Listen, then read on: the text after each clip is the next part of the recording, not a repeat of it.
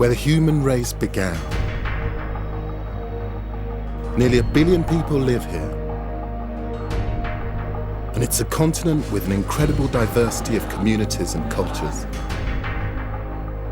Yet we know less of its history than almost anywhere else on Earth.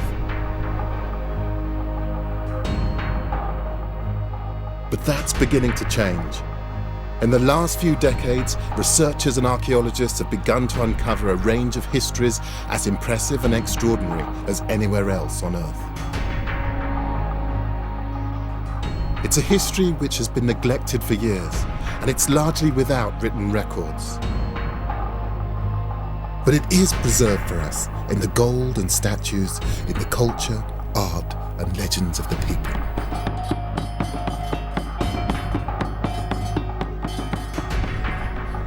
My name is Gus Casely-Hayford. Over many years, I've studied the history and culture of Africa. As an art historian, I'm used to drawing stories from mute objects from the past. I'm going to discover the history and find out what really happened to the lost kingdoms of Africa.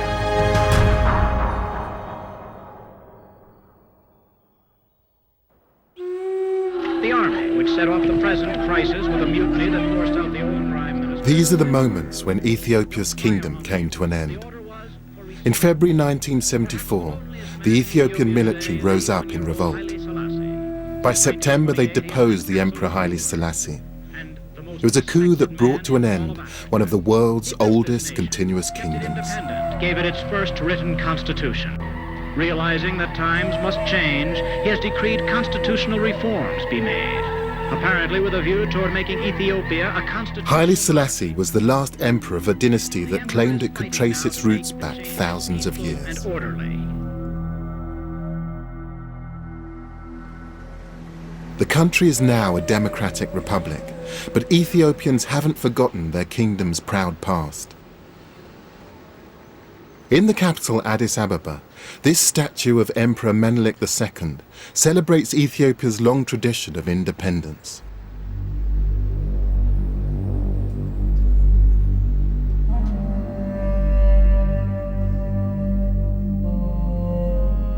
At a time when much of Africa was being colonized by European powers, Menelik II's army fought off an Italian attempt at conquest.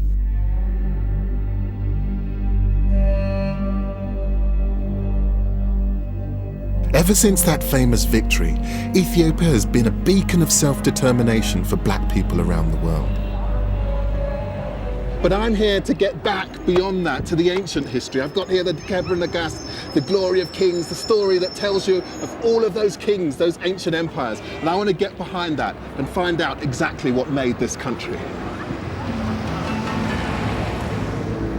The book I'm carrying is a modern translation of the most important text in Ethiopian history. The Kebra Nagast was written in the 13th century. It sets out the lineage of Ethiopia's emperors. It makes some grand claims.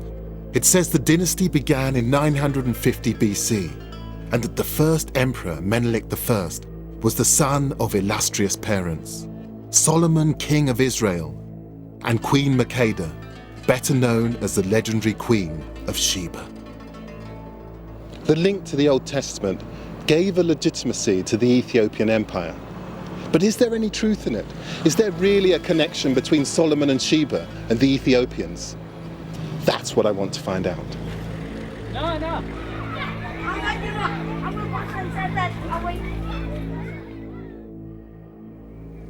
I can't speak to an emperor, but I do have an audience with Ethiopia's most important spiritual leader, the head of the Ethiopian Orthodox Church. As with most ancient kingdoms, the Ethiopian emperors claimed their power came from God. Church and state were inextricably linked.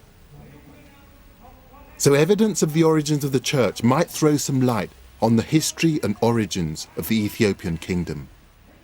Could you tell me something about the history or the origins of the Ethiopian church?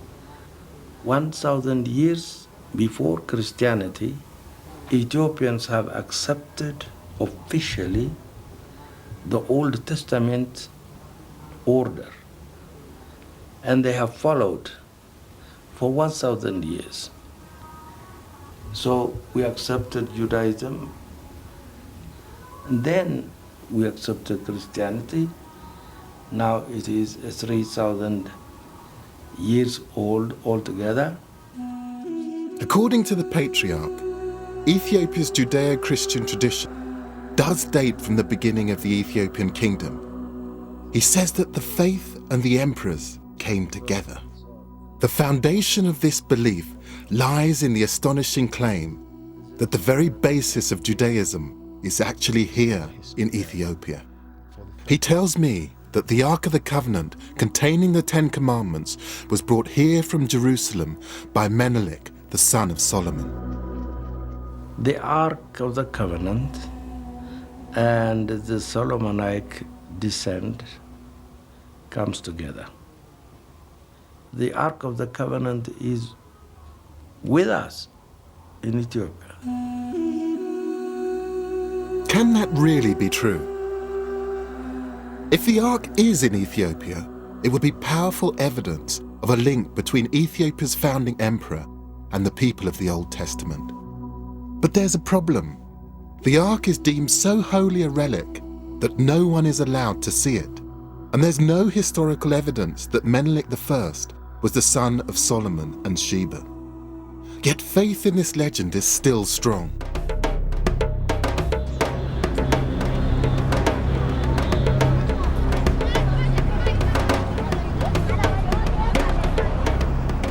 I want to find out why it endures and discover whether it's true.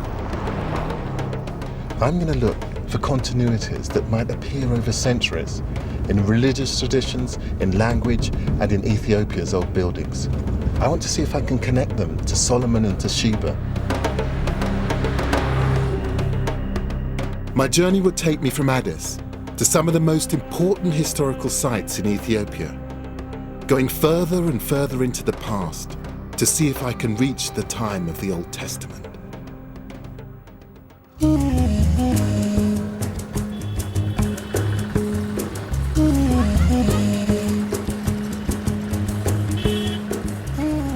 My guide here is Habtamu Mamu. We've come to one of Ethiopia's most important cities, and it's something of a surprise to me. So this is the old city? Yeah, this is one of the 5 main gates of Harar. Right. The legend of Ethiopia's unbroken Judeo-Christian history isn't that straightforward. Harar is a Muslim city. It's like a warren. And it confounds my expectations in other ways too. Ethiopia's modern history has been blighted by drought and famine. But in places unaffected by shortages like Harar's market, trade is brisk.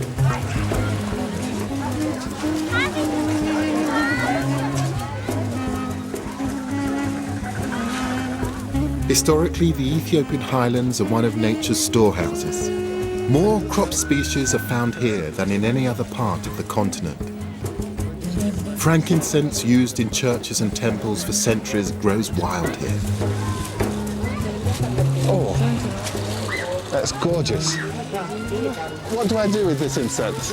And it smells beautiful as it is, but how do I make it even more powerful? When we make coffee, Yes. you just fire, and then you put on the fire, and it smells good for the coffee ceremony. Thank you very much. Thank you. What should I be saying to her?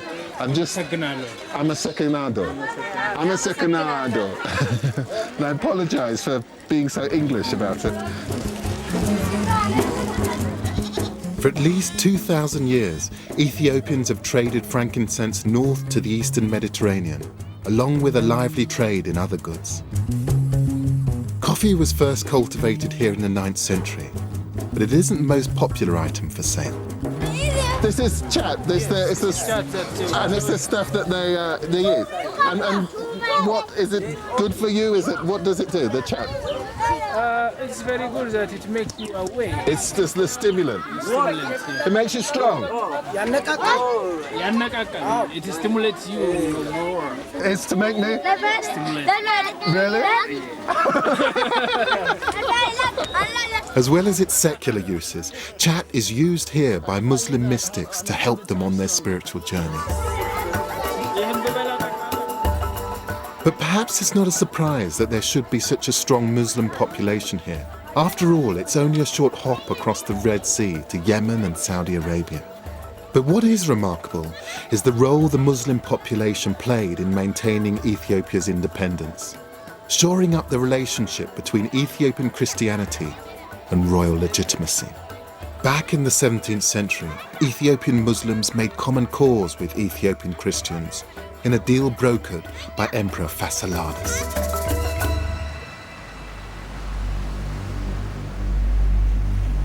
I'm heading to his capital to find out more about him and the Ethiopian kingdom he ruled over. I'm traveling to Gondar across Lake Tana on the ancient trade route which avoids the mountains. The unlikely alliance of Christians and Muslims came about as a reaction against foreign interference. During the 16th century, the Portuguese arrived with two purposes in mind. One was to take over the Muslim trade routes.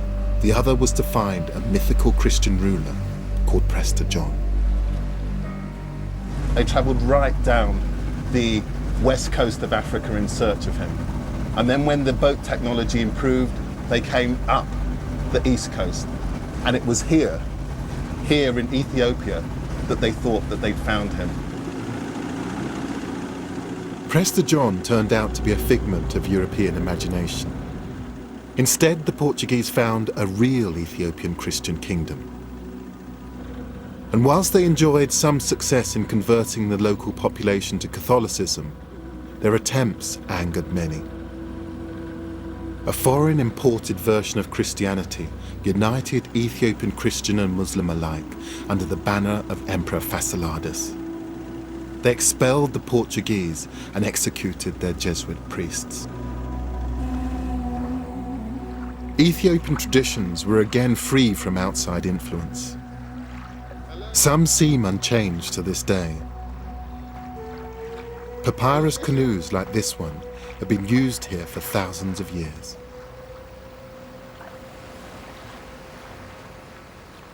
Could you ask him if he's caught anything today?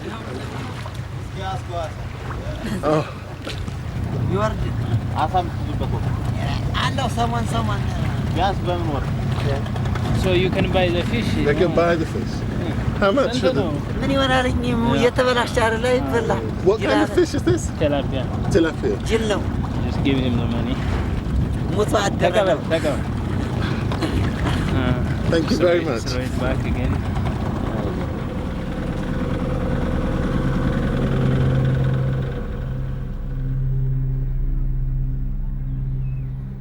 To the north of Lake Tana lies Gondar, Ethiopia's 17th century capital. It's dominated by an impressive castle. The city was built by Emperor Fasciladas in 1635, the man who brought Christian and Muslim together in common cause. I've arranged to meet the curator here, Getch Yigso. Hello, sir. Hello, Getch. Yeah, you're welcome. Lovely to meet you. That's good. This is so spectacular. So what am I looking at So here? you'll see a real African castle. This is really the first place black people who live in a castle. In palace in Ghana and in Morocco, in Tunisia, such castle. This is the first and only castle. The man who built it was determined to defend Ethiopia's independence. Getch tells me that Emperor Fasciladas was a strong leader in control of a significant capital. Oh yeah, because in Ghana at that time there was about 60,000 inhabitants, you can imagine. That was 400 years ago. It's a big town. So we're able to imagine that he was so kind and very visionary man, very wise man. That's why he built such an edifice, an impressive castle. Fasciladas wasn't just displaying his power with this building. There are telling clues that he was also asserting his legitimacy by reminding people of the link to King Solomon and the people of the Old Testament.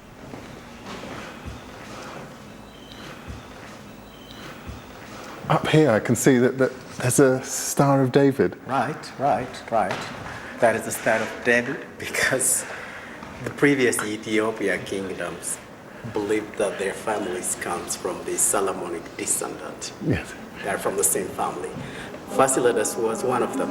That's why he put inside. And connection to Solomon, what was that? I mean, is it a legend or is this an actual real? This is the real connection. I knew that it would be difficult to separate fact from myth. Here, it seems impossible.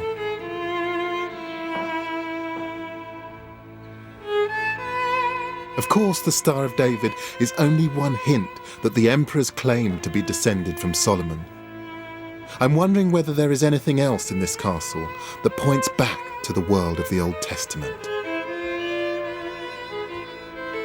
For me, the best way of getting a real sense of the building is to sit down, just spend a few quiet minutes, just sketching.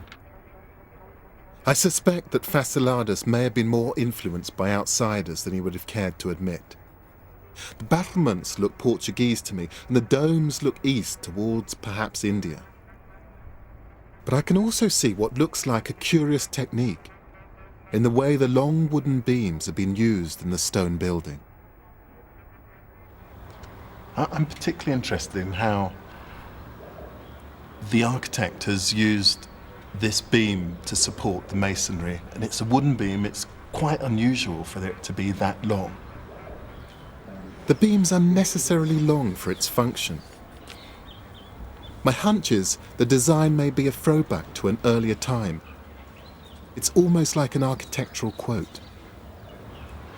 To see it here in this site where they've absorbed influences from all over the neighbouring regions is absolutely fascinating. Details like the beam suggest that while there were some outside influences on the kingdom, local heritage and traditions were fundamental. And the execution of the Portuguese Jesuits shows the emperor's determination to defend the distinctive role of the Ethiopian Church. Just as in Western Europe, many of the oldest buildings still standing in Ethiopia are churches. And I feel sure these buildings can tell me about the relationship between the emperors, their faith, and their history. This church was built by Emperor Yasu, a close successor to Fasilides in the 17th century.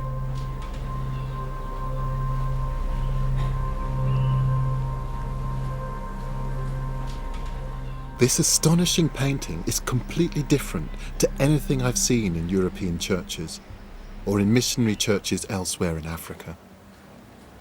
I spend so much of my time trying to rationalize and explain beautiful things, but very occasionally I'm just completely knocked sideways by something, and coming in here to this particular church and seeing a lot of the Christian tradition that I was brought up with depicted in a completely new way with a level of intensity that I've never seen before. It's just absolutely astounding. The paintings have been completed on cloth, which has been glued to the mud plaster walls. Emperor Yasu seems to have been reassuring his subjects that he could look after them. He commissioned artists to paint angels on the ceilings as if protecting the worshippers below.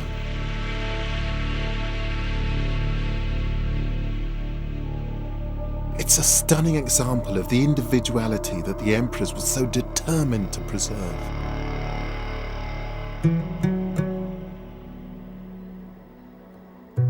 And I can't help wondering whether other telling traces of the past still survive within Ethiopia's ancient churches.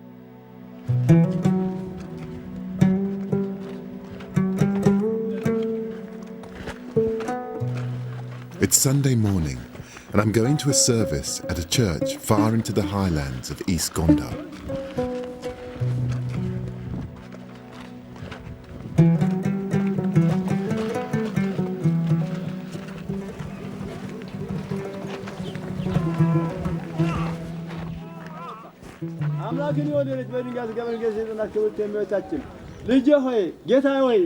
Bible passages are being read in Ge'ez, the ancient language of the Ethiopian kingdom.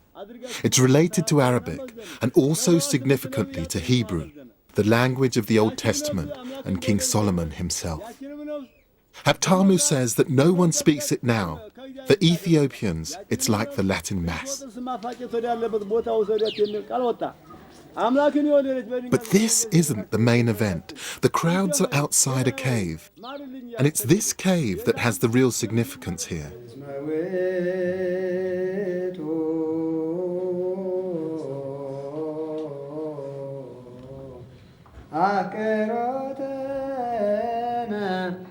This place contains beehives, which are regarded as holy by the congregation.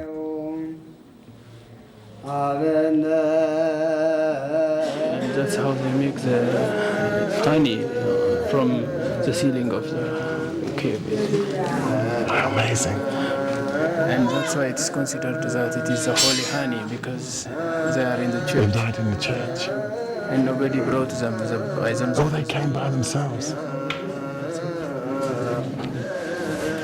And the honey which is taken from this is given to the people that considered as a holy honey. I see.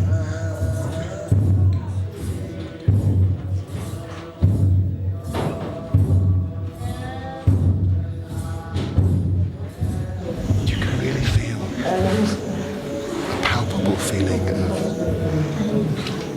people believing in this place.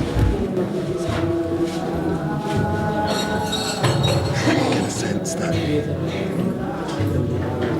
it's not just communing with God, it's making contact with a very profound past.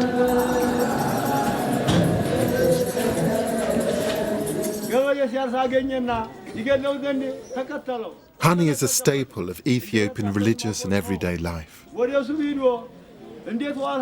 From the honey, the Ethiopians make a kind of mead, which is called tej. It is both the national drink and the communion wine.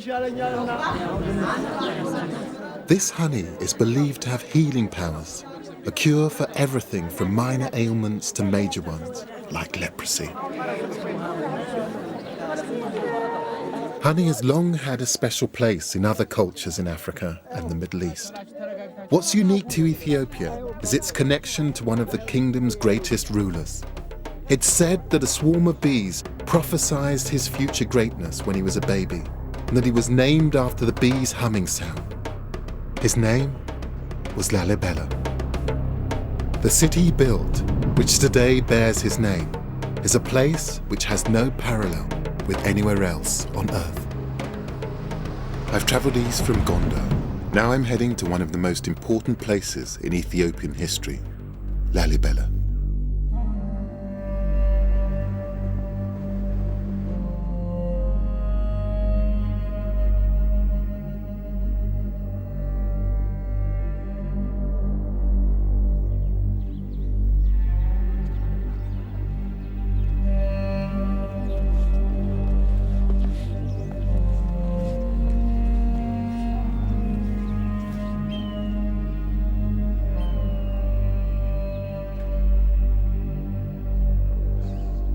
Not much that could prepare you for that.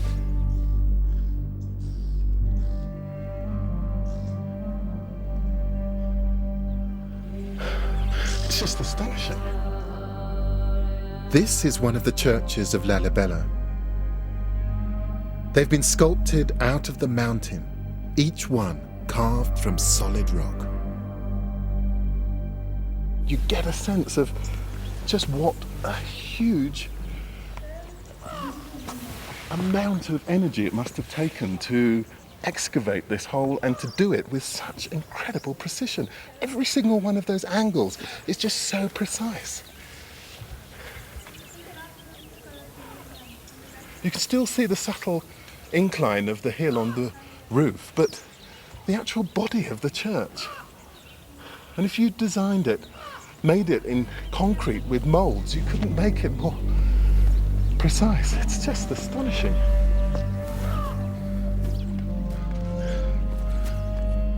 The man responsible for commanding the building of 11 of these incredible structures was Emperor Lalibela. But according to the Kebra Nagast, which was written more than a century after these churches were built, Lalibela was an interloper, a member of a rival dynasty which could not claim Solomonic descent.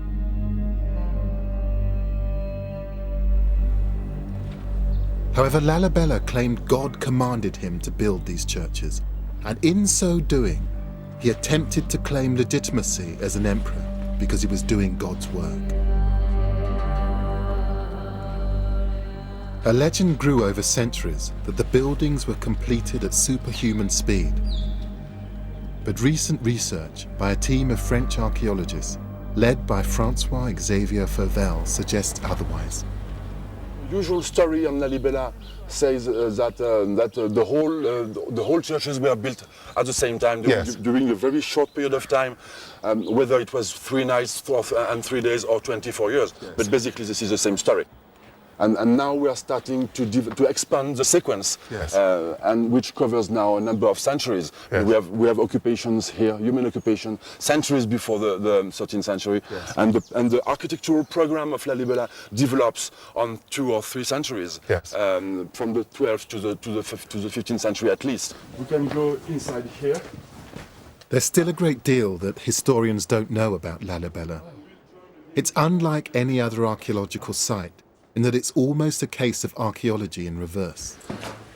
So in that way, it is not an archaeological site, and it is, and you have to wash your mind about all this kind of previous way of thinking about architecture and archaeology. Instead of having successive deposits, you have just successive removals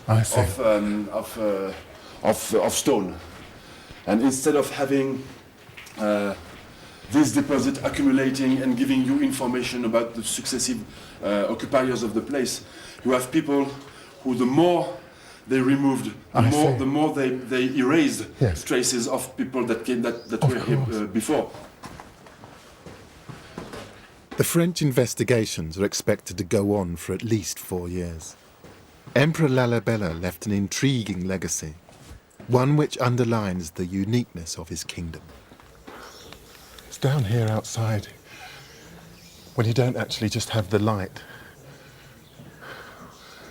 radiating straight down onto it, that you can begin to see just the intensity of the colour of the rock.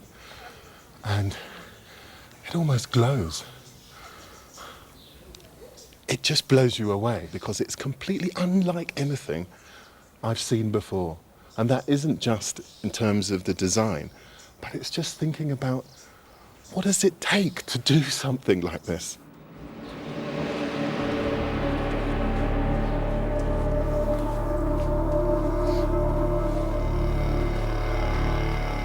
It's a breathtaking display of the emperor's power to be able to command his people to excavate thousands of tons of rock without any form of mechanization.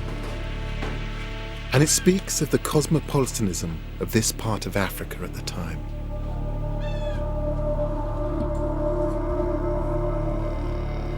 They brought images, influences from all over Christendom and beyond. I look at the influences and I'm just amazed that there's a two-headed eagle that you might see in Constantinople. There's a Star of David, and in the centre of the Star of David is a cross. And in the friezes above the arch are what look like Greek icons. It's an astounding coming together of different cultural influences to create something which certainly aesthetically works, but also sends a signal about this being a new centre of religious thinking, a new Jerusalem.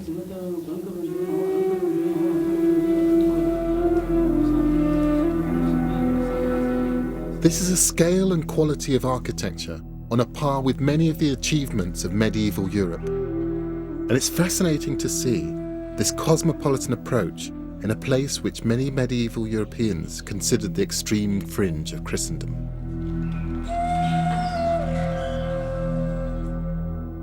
Thousands of pilgrims made the journey here to worship, and 700 years later, they still do. People come here to the 11 churches of Lalibela from all over Ethiopia and beyond.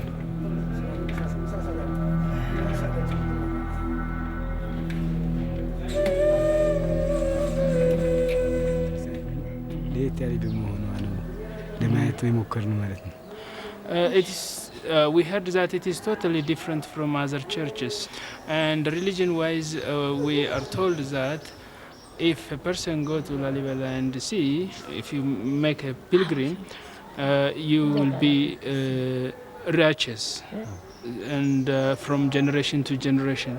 So that's why we likely come here and to see the church.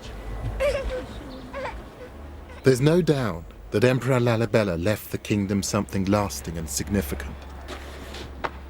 It might also provide me with another clue that takes me further back into the past in my search for the kingdom's origins. The architectural features are very distinctive. These shapes are thought to represent the rising sun, and the lower windows have a variety of cross designs. It's a double cross so that you can actually see it both as a cross and then also extruded. And then at the very top is this shape that you see everywhere. One of the things I'm beginning to think about this building is just looking at these windows, you are forced to ask the question, why? Why these shapes? But also why go to this length of bother to create something quite so complex? But more intriguing than the windows are the blocks at each corner. They look almost like beams, but the way these churches have been created means that they're architecturally unnecessary.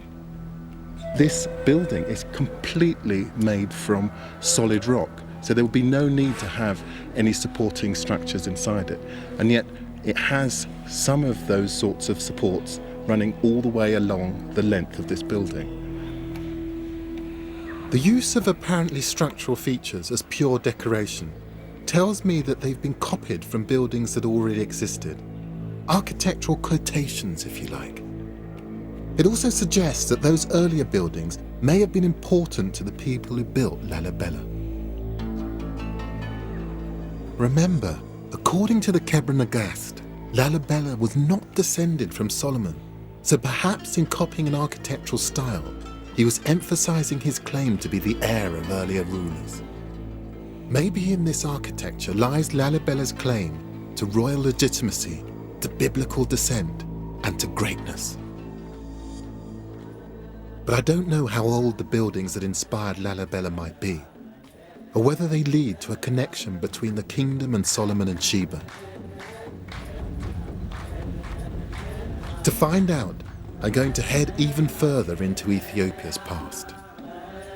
This is one of the oldest inhabited places in the world. Archaeologists have discovered signs of the earliest human development here from over 4 million years ago. Even things that appear recent are ancient. These terraces in Tigray province are believed to have been ploughed for 3,000 years. In pre-colonial times, Ethiopia was the only sub-Saharan country to use the ox-drawn plough, a crucial step away from the pastoralist culture of the rest of the continent further to the south.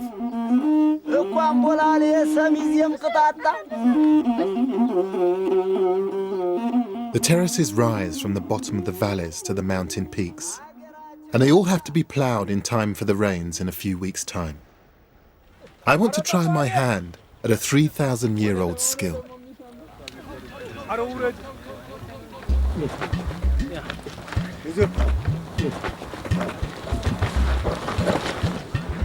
a natural. How do you get out of a job here? Hit, Velo. I nearly had my eye out there. How do I stop them? What do I do to them? Oh.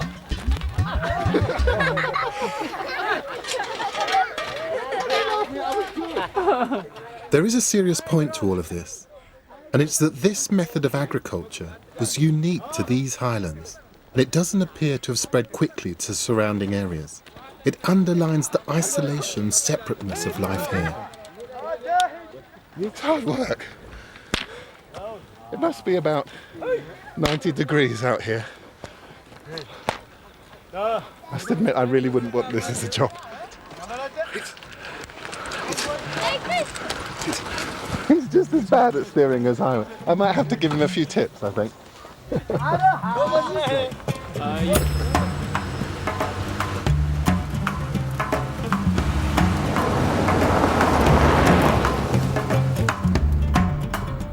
We're 10,000 feet above sea level here, and visitors to towns like this are unusual.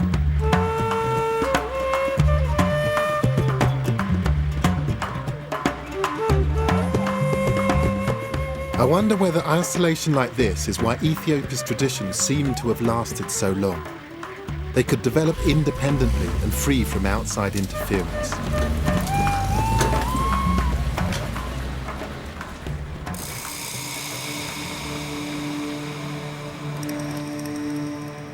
But there are few places in the world more self-consciously cut off than my next destination. In the far north of Ethiopia lies Debre Damo, one of the most important sites in the country. Debre Damo is one of the oldest buildings in Ethiopia, and it sits on top of this imposing Table Mountain. It's a monastery dating back to the 6th century, and its famed isolation is justified. The only way to get to it is by climbing a rope made of goatskin up a steep cliff. And hopefully do a quick prayer for us as well. I need all the help I can get. Good luck, Haftamu. Thank you. It seems like a good idea to send Haftamu up first. He can show me how it's done.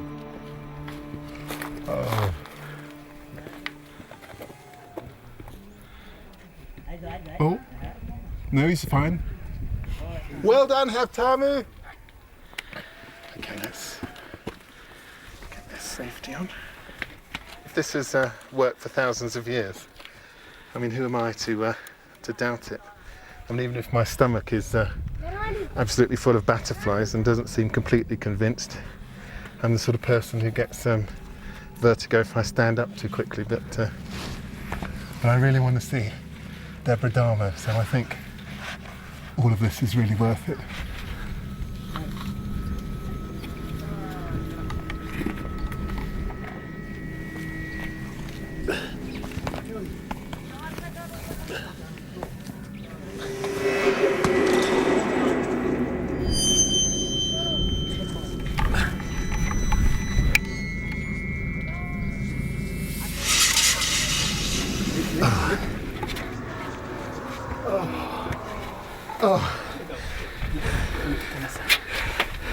I made it. That probably wasn't very dignified, but I don't care.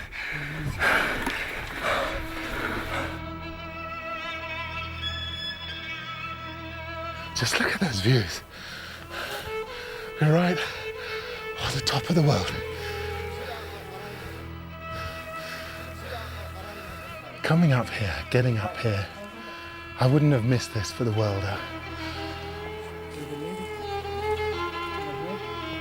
It's just amazing.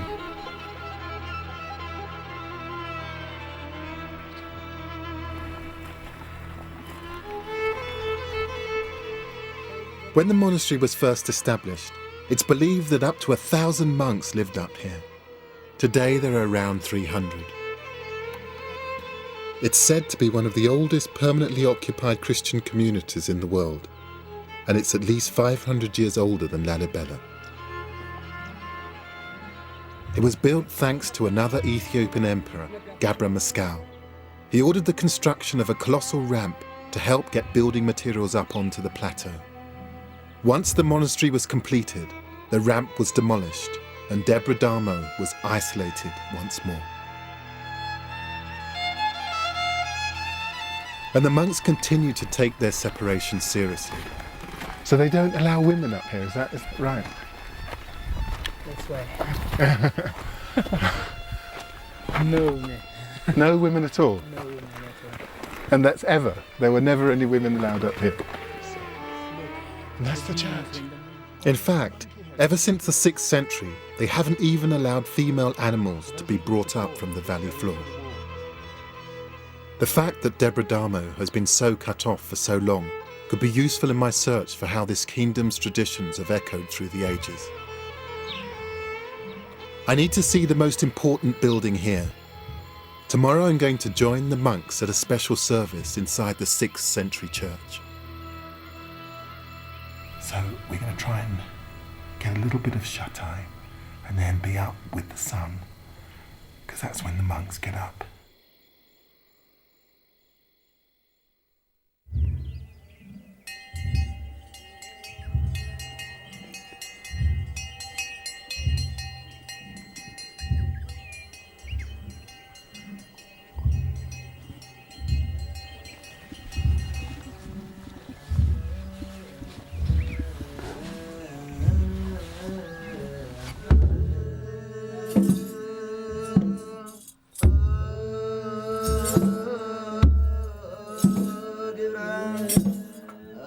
Like every religious ceremony I've seen in Ethiopia, their unique approach to Christianity is evident. But it isn't just the service that's catching my eye, it's the building it's being held in. The most amazing thing is to see some of the features that I saw earlier in my trip, but used structurally. You begin to get a sense of that history that was being evoked by the architects of Lalibela and Gondar. But here, it's actually holding up this structure. This was what they were echoing. Here are the square-ended beams I saw on the corners of the windows at Lalibela's rock churches. The rising sun window designs here too. And I last saw these distinctive long wooden beams in the castle at Gondar, where the architecture struck me as being from an older local tradition.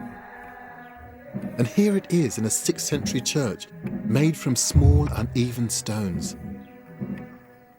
It's only these kind of beams that can hold up walls like these. And another feature literally stands out. Different shaped beams which extend beyond the walls. These are called monkey heads. I just tried to spend a few minutes just thinking about how this monkey head technology was actually put together.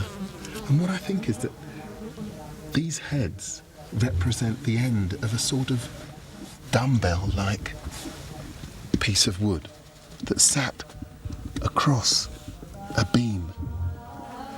And basically, because the ends were wider than the body of these structures, it actually meant that the pressure from above helped to keep the building taut. This actually meant that you could actually build more than one story on these buildings.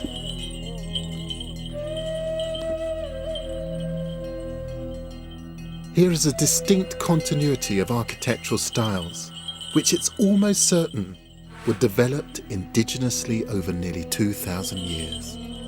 If this continuity stretches back even further, to pre-Christian times, perhaps there is evidence somewhere of the connection to King Solomon and to the Queen of Sheba.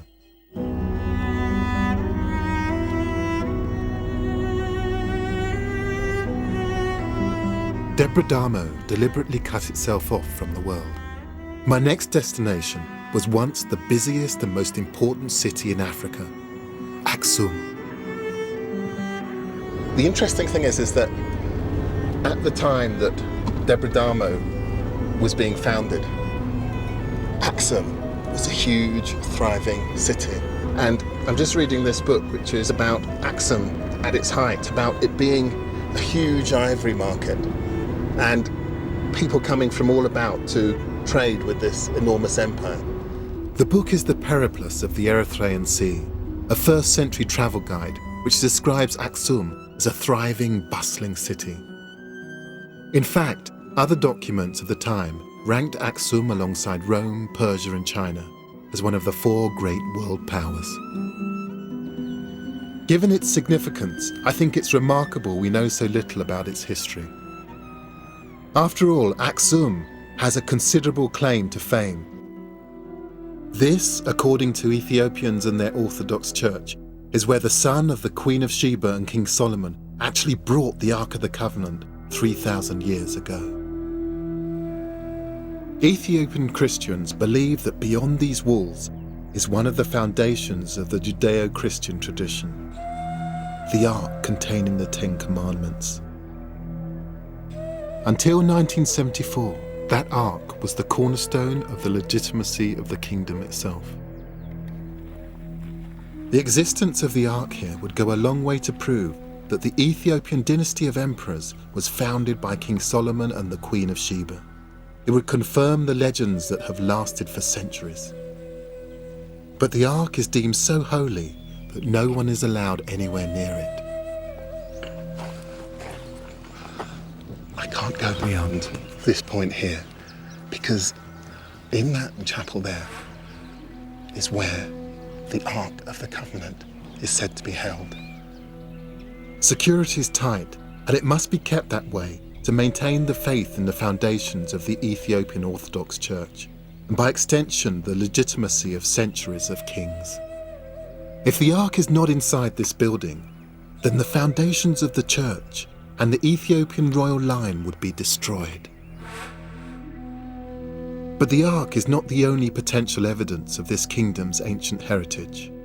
My search for Ethiopia's past continues right next to the Ark's purpose-built resting place. And now that building may be very new, but come and have a look over here.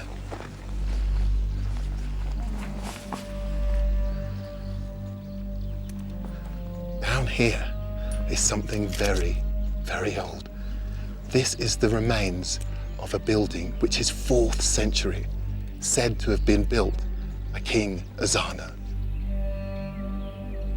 Ezana, archaeologists believe, was responsible for Ethiopia's first Christian church. He was the first Ethiopian emperor to convert to Christianity. Archaeologists know this for certain because coins minted during his rule show almost the moment of Ezana's conversion. One coin has a Christian cross in its design, but another, earlier coin, shows the pre-Christian religious symbol of the crescent moon and the sun. This is hugely significant. It means that there was a continuity of ruler before and after Ethiopia became a Christian country. The Judeo-Christian tradition here does seem to be unbroken. The coins confirm another fact. By the 4th century, this was a significant, well-established kingdom. This was the only place in sub-Saharan Africa at that time known to have issued currency.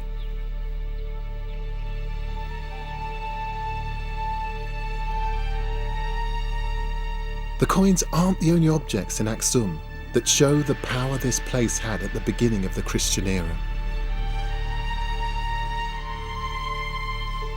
These are the grave markers, or stelae, of the emperors at Aksum. They were made from solid granite, and some date back to the 1st and 2nd centuries. They are thought to be the largest pieces of stone ever to come out of a quarry in the ancient world. The tallest stood at over 30 meters and weighed around 500 tons. I think they're as impressive as any monument I've seen in Athens or Rome. My guide here, Yagalam Fisheha, is showing me their amazing carvings, which are still beautifully clear almost 2,000 years after they were made.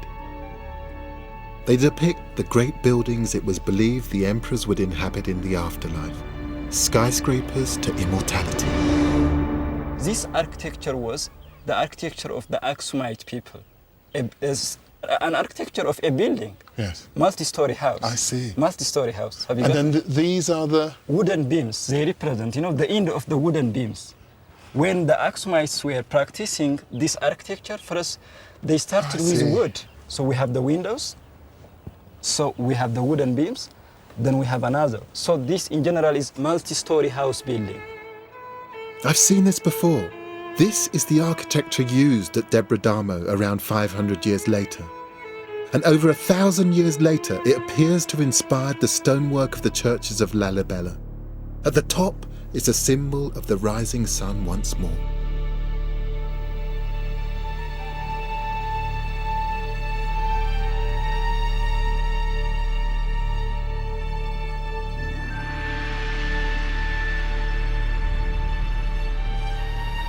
I've had just a very quiet epiphany moment when this journey has begun to really make sense. I mean, this stela, this single piece of rock, holds many of the elements that I've seen on my journey up until now, but here configured in a way that gives them a kind of sense, gives them a continuous historical narrative, which I suppose is the history of Ethiopia.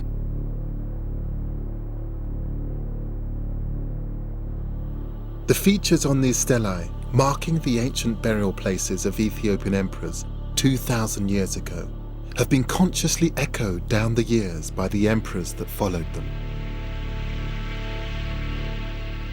What I'm seeing at Aksum are continuous traditions taking the story of the Ethiopian kingdom back to the beginning of Christianity.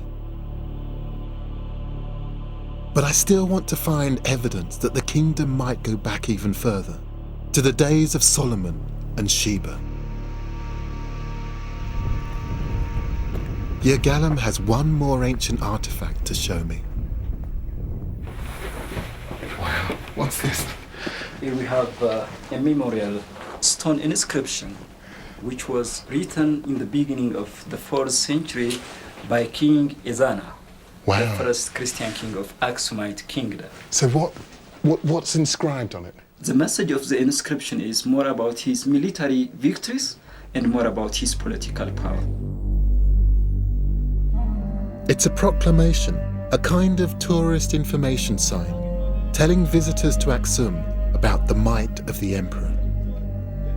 And it's multilingual, the inscriptions in the local Ge'ez language, still used in church traditions. It's in the international language of the day, ancient Greek, and it's in a language called Sabaean. Sabaean was spoken only for a brief time, and only in this part of Africa and southern Arabia. Historians think it died out around the 8th century, but it first appeared around 1000 BC. It's the language of Saba, the part of Yemen where the Queen of Sheba is said to have come from.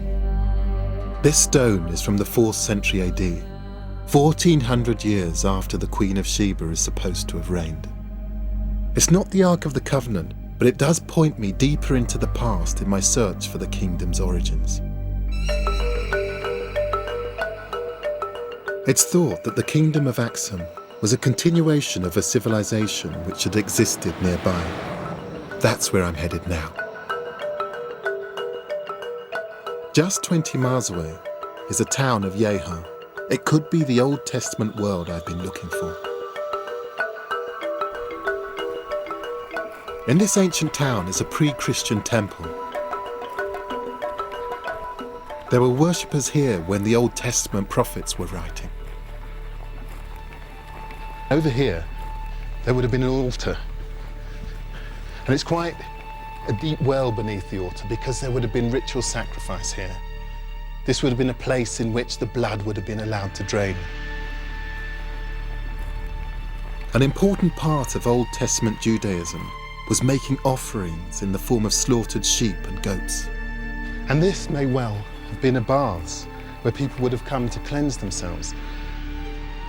I mean, this building suggests all sorts of things.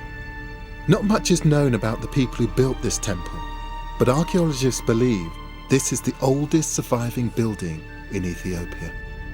And it predates everything that we've seen up until now. And the quality of this brickwork, it just belies the fact that this building is 500 BC. That means it's older than the Parthenon in Greece, and centuries older than Rome's Colosseum. It echoes the Judaism of the Old Testament, the faith that the Ethiopian Orthodox Church claims was adopted here 1,000 years before Christ. And it echoes what the patriarch told me at the start of my journey. So we accepted Judaism.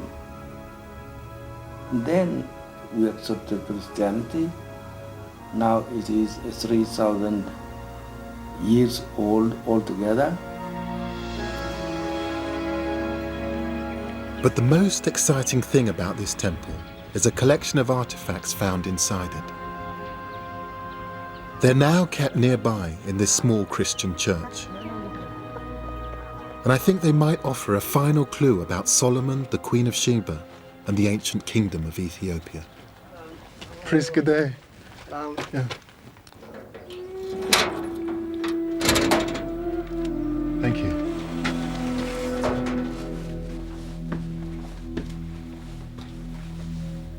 I didn't know it would be like this. There are crosses and scriptures spanning many years of Christianity. Thank you. And there's an incense burner which doesn't belong in any church. It's been carved with the pre-Christian symbol of the crescent moon and the sun. Archaeologists think it dates from the 5th century BC. And from the same era as the burner are these stones, inscribed in the language of the Queen of Sheba, Sabaean. These are almost certainly objects from the time of the Old Testament, and they show an ancient link between Ethiopia and Saba, the home of the Queen of Sheba. This takes us back to, well, to the very beginning. I mean, a lot of people talk about the Queen of Sheba, and here you're showing me a stone inscription which may well mean that all of that is true. It's pre-Christian evidence of the Queen of Sheba's language in the heart of ancient Ethiopia.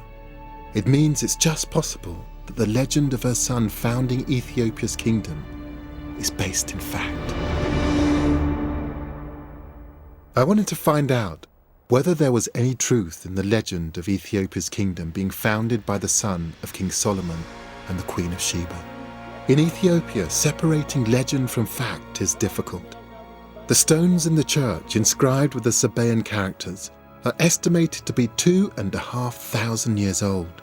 Not quite the 3,000 years the church claims for its connection to the Old Testament, but not far off. And whilst there might not be proof of a blood connection to Solomon, there is a striking cultural connection to the world of the Old Testament.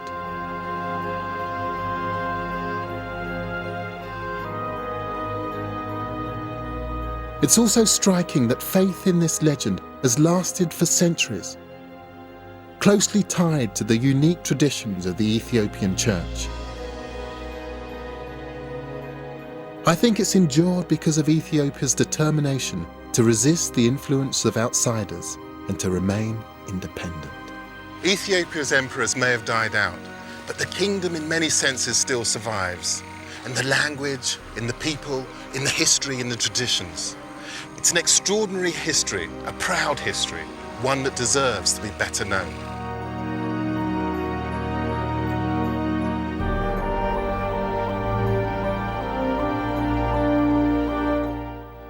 The Lost Kingdoms of Africa continues next Tuesday at 9.